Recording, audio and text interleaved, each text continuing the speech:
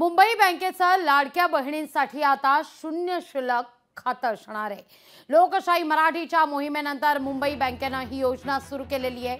अदिती तटकरे यांच्या हस्ते या योजनेचा शुभारंभ करण्यात येतोय। मुंबईकर महिलांना आता या योजनेचा मोठा फायदा होणार आहे। जुलैपासूनच या संदर्भातली नोंदणी ही सुरू केलेली आहे आणि नारी शक्ती दूत ॲप यामध्ये ऑनलाईन फॉर्म हा अवेलेबल केलेला आहे।